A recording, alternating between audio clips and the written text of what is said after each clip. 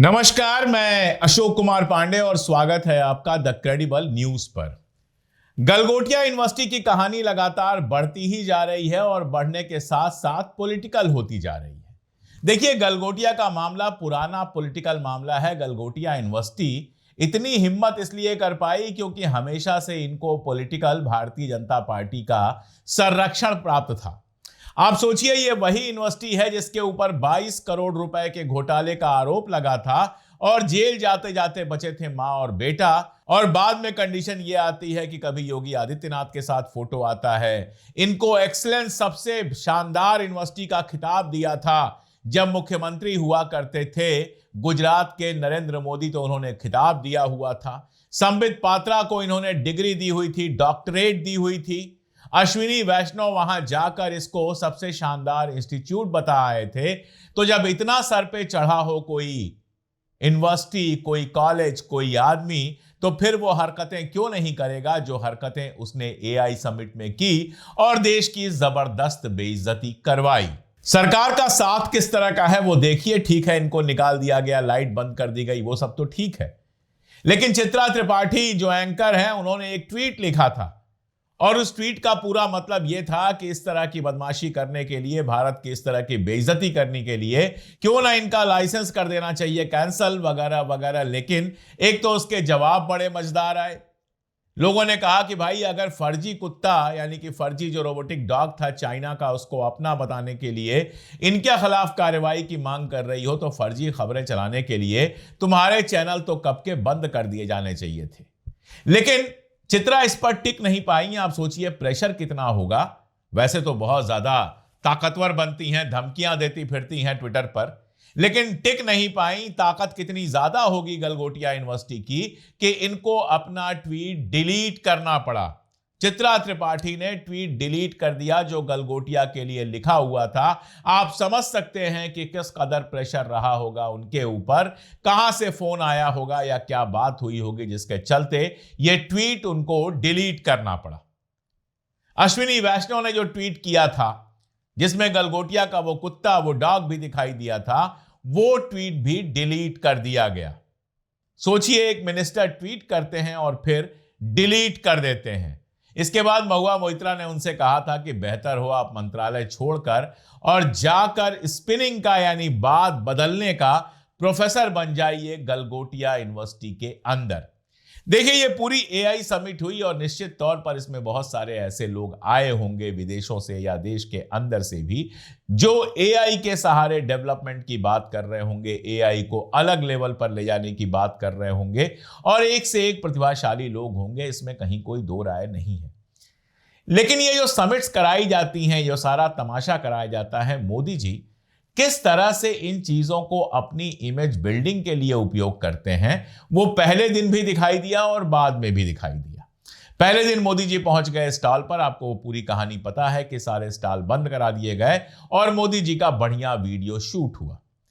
और उसके बाद एक वीडियो आती है जिसमें जितने प्रमुख लोग वहां पर आए हुए थे, सबके साथ मोदी जी तस्वीर बनवा रहे हैं, तस्वीर खिंचवा रहे हैं। लोग शांति से खड़े थे। ये कोई पॉलिटिकल कार्यक्रम तो था नहीं, कोई जीत हार की बात तो थी नहीं, लेकिन मोदी जी मंच पर हों और जीत हार की बात ना हो, उसको पॉलिटिकल ना बना दिया जाए, यह संभव ही नहीं होगा। तो सुंदर पिचाई और बाकी लोग जो उनके अगल बगल खड़े थे, उनका हाथ हाथ में लेकर उन्होंने ऊपर किया जैसे कोई मैच जीत गए हों और फिर सबको मजबूरी में अपने हाथ ऊपर करने पड़े। तो मोदी जी के लिए हर चीज एक तमाशा है, वरना वो तो कहते हैं हमारे यहां बच्चा पैदा होता है और आई बोलते हुए पैदा होता है, AI। वैसे तो आई को भी अंग्रेजी में लिखना हो तो AI लिखना पड़ेगा, लेकिन मोदी जी इस तरह के मजाक, इस तरह के तमाशे करते रहते हैं जिससे समझ में आता है कि वो आखिर AI को लेकर या साइंस को लेकर, आप सोचिए, जहां प्रधानमंत्री नाले से गैस बनाता हो, कहता हो नाले से गैस बन जाती है, जहां प्रधानमंत्री कहता हो कि बादल थे तो उनके रडार देख नहीं पाएंगे, वहां और सिर्फ कहते नहीं है, जब वो कहते हैं तो सामने बैठे लोग तालियां बजाते हैं। वहां अगर चाइना के कुत्ते को अपना कुत्ता बनाकर पेश कर दिया गलगोटिया ने, तो कौन सी बड़ी बात है। गलगोटिया की एक टीचर थी जिन्होंने कहा था कि हम प्रधानमंत्री मोदी के विजन पर चल रहे हैं। तो बहुत सारे यूजर्स ने, ट्विटर और फेसबुक यूजर्स ने कहा कि प्रधानमंत्री का विजन भी तो बस नाम बदलना है। नरेगा में से महात्मा गांधी का पहले नाम हटा दो और उसके बाद उसको एमजी जीराम जी कर दो, कभी कुछ कर दो, कभी कहीं नाम बदल दो, कभी कहीं नाम बदल दो। कांग्रेस के समय की योजनाओं के नाम बदलते रहो, शहरों के नाम बदल दो, अपने ऑफिस का नाम सेवा तीर्थ कर दो। इसके अलावा मोदी जी ने कौन सा रास्ता दिखाया है? तो मोदी जी के रास्ते पर चलते हुए अगर उन्होंने चाइना के कुत्ते को अपना कुत्ता कह दिया तो इसमें क्या दिक्कत है? और सिर्फ मोदी जी के रास्ते पर ही वो नहीं चलते हैं, उनके रास्ते पर भी मोदी जी चले थे। लोग बहुत जल्दी भूल जाते हैं।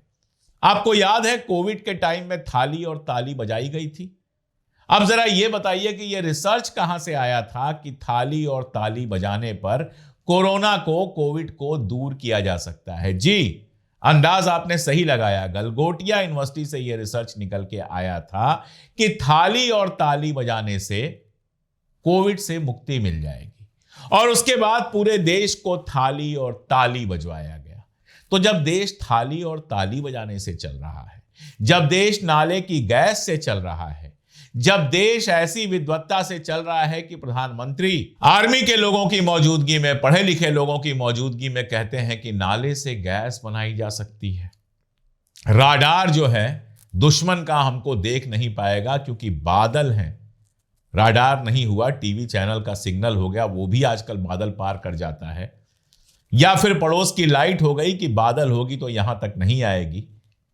ऐसे सिद्धांत हमारे जब प्रधानमंत्री देंगे और सबको पता होगा, इस तरह का प्राइवेट बिजनेस चलाने वालों को अच्छी तरह से पता होगा कि बस प्राइम मिनिस्टर साहब को खुश रखो, यूजीसी की ग्रांट भी मिलती रहेगी, पैसा भी मिलता रहेगा और धंधा भी हमारा चोखा चलता रहेगा।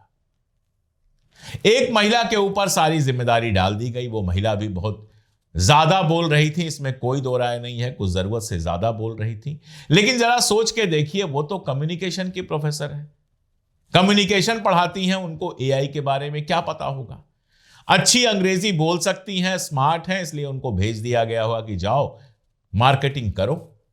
और अब खबर यह आ रही है, वहां के बच्चे ये बता रहे हैं कि ये जो कुत्ता है चाइना से जो खरीदा गया था, ये अभी कॉलेज में ज्यादा डिस्प्ले हुआ ही नहीं था। वहां के एआई डिपार्टमेंट के बच्चों को भी इस कुत्ते को देखने को नहीं मिला था, यानी ये इसी एआई समिट के लिए खरीदा गया था।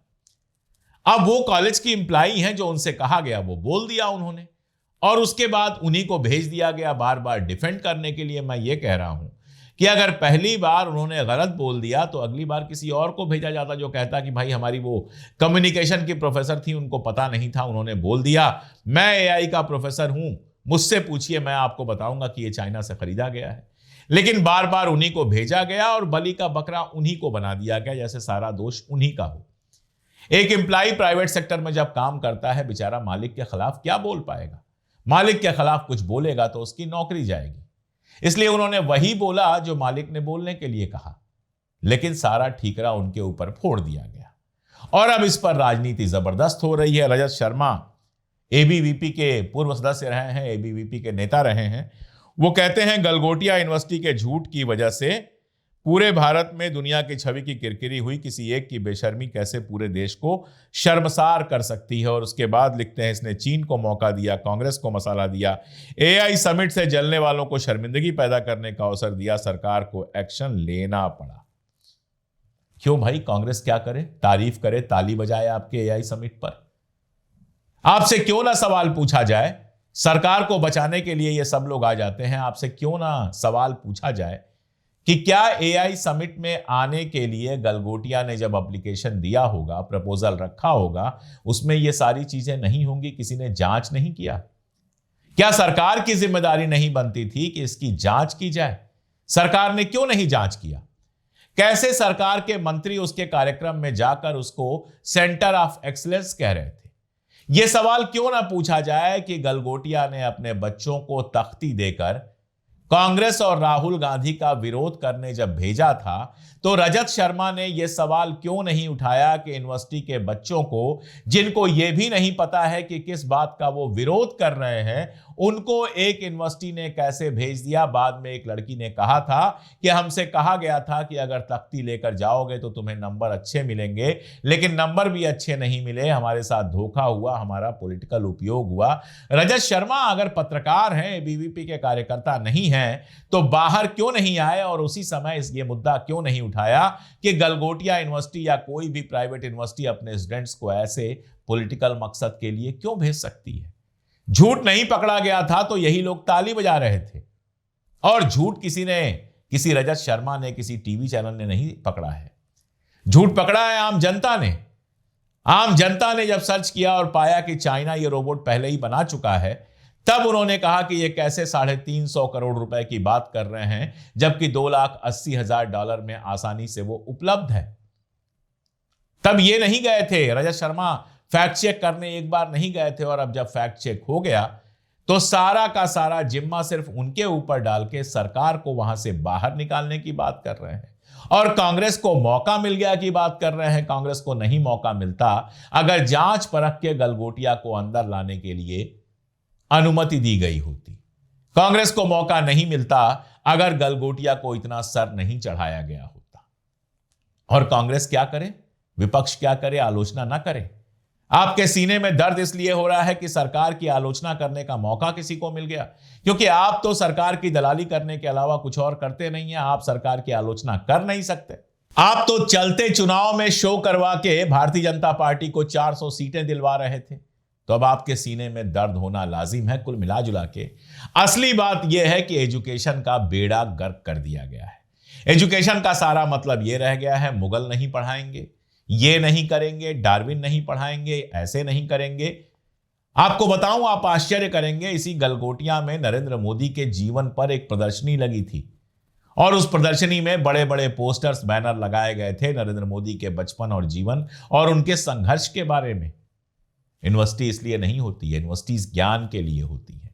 लेकिन जब यूनिवर्सिटीज को धंधा बना देंगे और अपने पॉलिटिकल पर्पज के लिए यूज करेंगे, जब आप रडार को यह मान लेंगे कि बादल में वो देख नहीं पाएगा और नाली के गैस से चाय बनवाएंगे, तब याद रखिए हमारे यूनिवर्सिटीज में भी एआई नहीं बनेगा, ऐसे ही चाइना से चोरी होगी। आप बताइए, कोई गलत बात कह रहा हूं मैं? सरकार से इस पर सवाल नहीं पूछा जाना चाहिए? बताइएगा कमेंट में। जुड़े रहिए हमारे साथ। आज के लिए इतना ही, बहुत शुक्रिया।